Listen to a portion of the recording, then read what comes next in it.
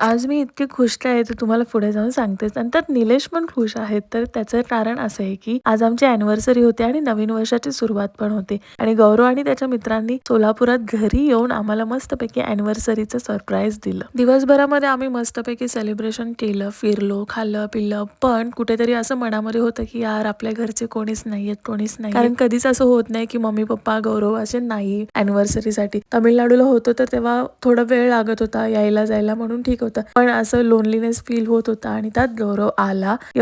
सगळे मित्र वगैरे आले. खूप छान वाटलं आणि त्यांनी आमच्या दिवसाचा एंड खूप छान केला. थँक्यू तुम्ही एवढ्या लांब आलात. देवदर्शन पण झालं छान आणि तुम्ही आल्यामुळे आमचं अॅनिव्हर्सरी पण एकदम स्पेशल झाली. काही खातिरदारी करता आली नाही भावांची कारण आलेच होते एवढ्या लेट आणि काही समजतच नव्हतं आणि राहायला पण तयार नव्हते. आणि ही आहे नवीन आमची ऑरा. तर ही अजून एक नवीन गाडी ऍड झाली आहे भावांच्या गाड्यांमध्ये. सो ही पण खूप छान वाटली आणि गेले सगळे. Tata bye bye, happy journey आणि सगळ्यांना हॅपी न्यू इयर. तुम्ही आलात म्हणून खूप छान वाटलं. तर हे होतं माझं मेन एवढं खुश होण्याचं कारण. व्हिडिओ आवडला असेल तर नक्की लाईक करा, सबस्क्राईब करायला विसरू नका. बाय.